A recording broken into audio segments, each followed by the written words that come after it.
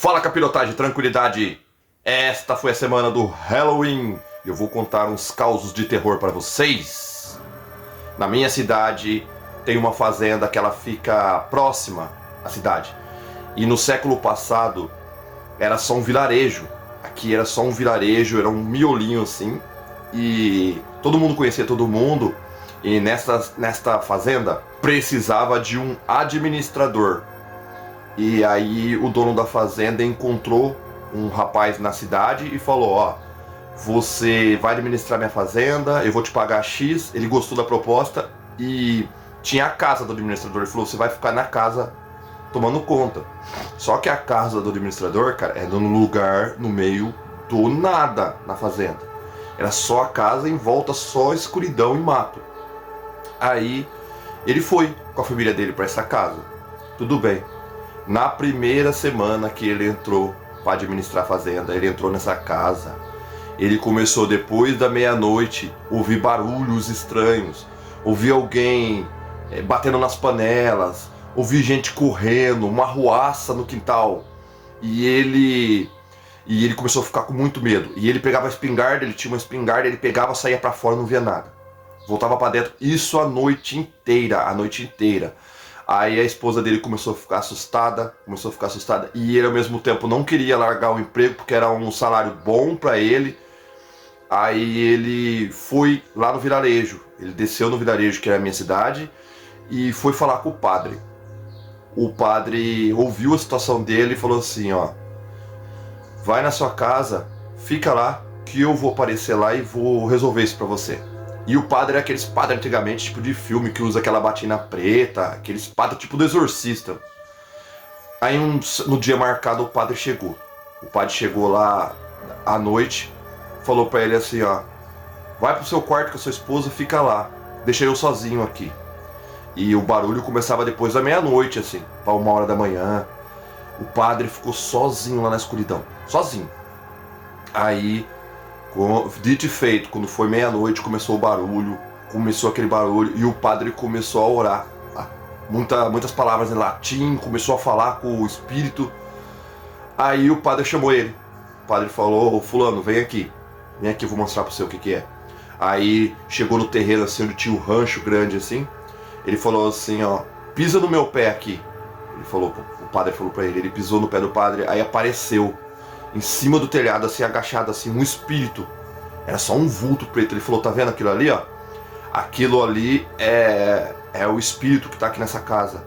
É um espírito obsessor. Ele tá aqui porque ele precisa de uma missa. Você vai fazer o seguinte: você vai marcar comigo, você vai oferecer 7 missas pra ele. 7 missas. E ele não vai mais te incomodar. Dito e feito, ele foi na cidade, ofereceu as 7 missas e o espírito sumiu. E essa história é muito conhecida na minha cidade. Essa é uma das histórias mais antigas da minha cidade. E eu tenho outra também. Tenho várias histórias, eu tenho outra também, e essa aconteceu com a minha mãe. E a minha mãe não era uma pessoa de mentir, nada, minha mãe não tinha por que mentir também. O meu avô, ele é de Minas Gerais, minha mãe de Minas Gerais. E ele sempre andava aqui pelo estado de São Paulo, andava pelo Paraná, cuidando de fazendas. E meu avô pegava a fazenda para cuidar. E nisso, ele estava vindo, que eles se estabeleceram em Limeira. E numa dessas passagens entre Limeira e Minas Gerais, aqui Poços de Caldas, ele parou na cidade de Pinhais e descobriu uma fazenda para trabalhar, para tomar conta. Ele foi e conversou com o dono falou: ó, vem aí para você fazer um teste. E nisso ele foi com toda a família. Minha mãe tem 6 irmãos. Entre 4... são 4 meninas e 2 meninos. Aí beleza. Tudo grande, já tudo adulto. Aí chegou no dia que eles foram ficar a primeira noite nessa fazenda. Era um casarão antigo, desse tipo 10 quartos assim, na fazenda. Aí eles foram dormir à noite. E dormiu as meninas num quarto e os meninos com meu avô em outro quarto. E minha avó no quarto das meninas. E aí no meio da noite começou alguém a lavar a louça na cozinha. A minha mãe pensou que era a irmã dela, falou assim: vou lá ajudar a Ana a lavar a louça, né? Só que nisso a minha mãe dormiu. A minha mãe, não sei o que deu no sono dela, e dormiu. E no quarto dos homens, o meu tio viu uma mulher passando com uma camisola branca, só não viu o rosto. Ele viu ela passando e indo lavar a louça. E meu tio também pensou que era alguma das irmãs dele. Só que na hora ele não ligou. No outro dia, todo mundo começou a se perguntar: ô Ana, você estava lavando a louça? Ou você estava lá lavando a louça? Não, ninguém estava lavando a louça, ninguém. Aí que foram cair a ficha que era algum espírito. Todo mundo ficou assustado. Aí todos os filhos começaram a falar: não pai, não pega essa fazenda, não pega essa fazenda. Aí meu avô resolveu não pegar essa fazenda e ir embora. Mas esse fato aconteceu e é o legal que todo mundo dos 6 irmãos conta da mesma maneira a história. É impossível ser mentira, cara. É um mistério.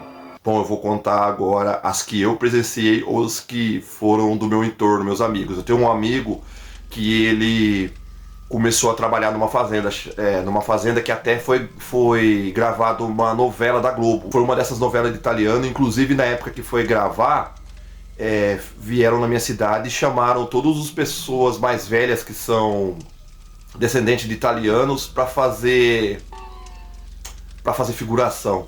Os velhos que têm alguma ascendência italiana, e muitos aceitaram e foram. Aí ele foi trabalhar nessa fazenda, ele foi trabalhar de carpintaria. Foi reformar, porque tinha a colônia, ele foi reformar as partes de madeira, tudo, né? Aí beleza, aí ele tava no casarão principal, e embaixo do casarão tinha a senzala onde ficavam os negros, os escravos.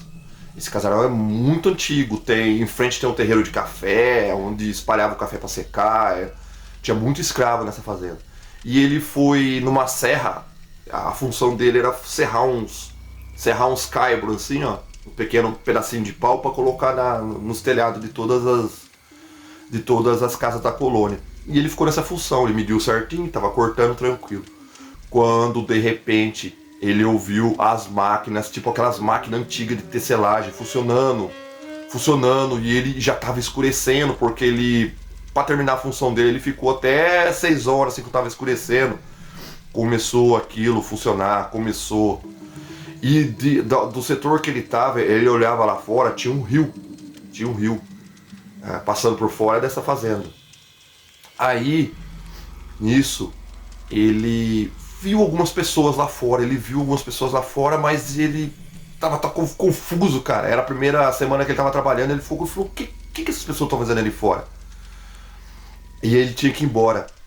Nesse dia ele tava assustado, com medo, ele falou: caramba, cara, ele tava com medo, assustado, e ele ouviu corrente, muita corrente, e nesse local tem a corrente onde os negros ficavam presos, cara. Nossa, ele se assustou tanto, ele falou assim: agora eu tenho que ir embora. E pra ir embora ele tinha que passar num caminho assim, ó, de filme o caminho, que era uma reta assim, tinha eucalipto dos dois lados, e fazia um corredor assim de 2 quilômetros. Ele tinha que passar pra sair na casa dele, não tinha outra estrada. Ele falou: caramba, agora eu tenho que passar nessa estrada, o que eu vou fazer? Ele não tinha o que fazer, ele tinha que ir. Pegou a bicicletinha dele e foi. No que ele pegou esse caminho para ir embora para casa dele, lá na frente, ele viu umas pessoas passando, tudo com vela, tocha na mão. Pareciam que eram os escravos, os negros escravos. E tipo, com aqueles cantos meio típicos, tipo um canto tribal de alguma tribo da África. E foi interessante que ele, de longe, ele viu aquelas tochas, aquelas pessoas acesas. Ele falou: caramba, cara, ele se assustou demais. Ele falou que o pelo do braço dele arrepiava, cara. Aí ele falou: o que eu faço? Ele parou a bicicleta, ficou observando e foram passando. No que foram passando, foram saindo do outro lado, e do outro lado tinha um pomar. Só que não tinha estrada. E eles passaram de um lado pro outro e sumiram. Aí ele falou: e agora pra me passar, cara? Mas ele não tinha o que fazer, tinha que ir. Fechou o olho e foi. Quando ele chegou na reta, cara, ele não viu nada mais, nada. Tinha o pomar de um lado, pomar do outro, não tinha nada mais. E ele foi embora. Cara, no outro dia, ele pediu a conta, falou: não trabalho mais, não consigo mais trabalhar lá, cara. Não trabalhou mais. E ele conta essa história até hoje do mesmo jeito, cara.